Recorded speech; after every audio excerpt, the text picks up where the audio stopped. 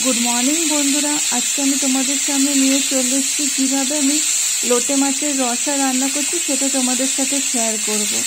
तो बंधुरा एइभाबे माछ भेजे रान्ना करले लोटे माछ एकटाओ भांगबे ना और खेते अनेक सुस्वादु हय।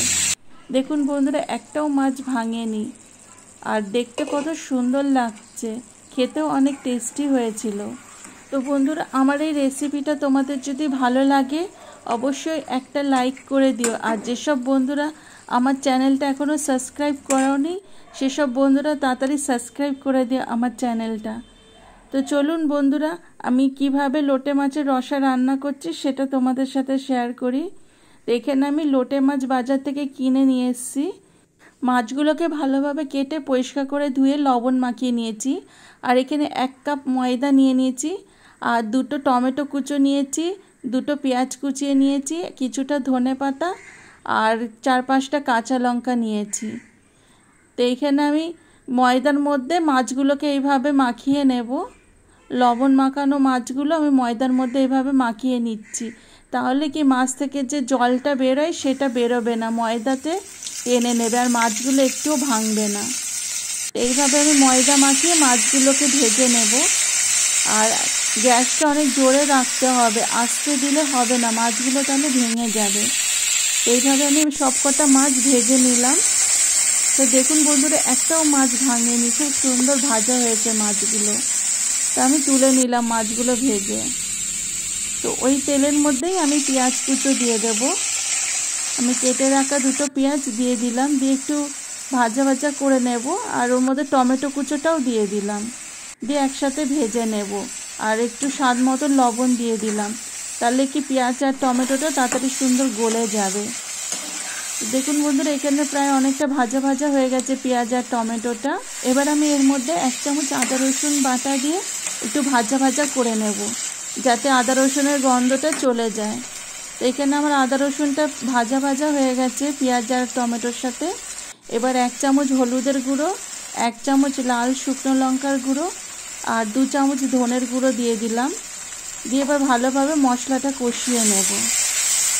তো মশলাটা আমি জল দিয়ে ভালোভাবে কষিয়ে নেব, গরম জল দিয়ে দিয়ে অল্প করে করে আমি কষিয়ে নেব মশলাটা ভালোভাবে। মশলাটা যত কষাবো তত খেতে স্বাদ হবে। তো বন্ধুরা এখানে আমি মশলাটা কষিয়ে নিলাম ভালোভাবে। তো এখানে আমার মশলাটা কষানো হয়ে গেছে। দেখুন বন্ধুরা মশলা দিয়ে তেলটা সুন্দর ছেড়ে দিয়েছে। এখানে ভালোভাবে কষিয়ে নিয়েছি মশলাটা। এবার আন্দাজ মতন ঝোল দিয়ে দেবো, এটা বেশি ঝোল হবে না, গামাখা গামাখা হবে, সেই হিসাবে ঝোলটা দিতে হবে। তো ঝোলটা ফুটে গেছে, আমি কিছুটা ধনেপাতা দিয়ে দিলাম, দিয়ে আবার আমি ভেজে রাখা মাছগুলো দিয়ে দেব। তো এখানে ভেজে রাখা মাছগুলো দিয়ে আমি একটু ফুটিয়ে নেব হালকা। এবার ওপর থেকে বাকি ধনেপাতাটা দিয়ে দিলাম আর কয়েকটা কাঁচা লঙ্কা দিয়ে দেব। আর গোটা জিরে ভেজে রেখেছিলাম সেই ভাজা মশলাটা ওপর থেকে দিয়ে দেব। দিয়ে এবার আমি ঢাকা দিয়ে রেখে দেব কিছুক্ষণ। তো দেখুন বন্ধুরা এখানে আমার তৈরি হয়ে গেছে লোটে মাছের রসা, খেতে অনেক টেস্টি হয়েছিল।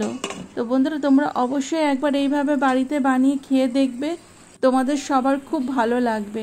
দেখুন বন্ধুরা কি সুন্দর হয়েছে, ওপর থেকে পুরো তেল ছেড়ে দিয়েছে।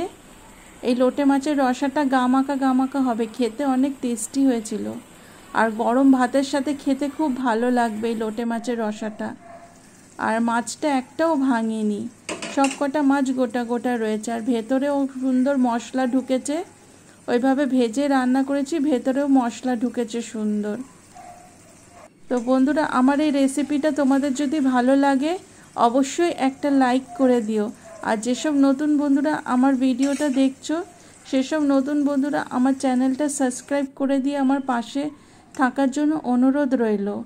আর পুরনো বন্ধুরা আমার পাশে থাকার জন্য অসংখ্য ধন্যবাদ। Thank you.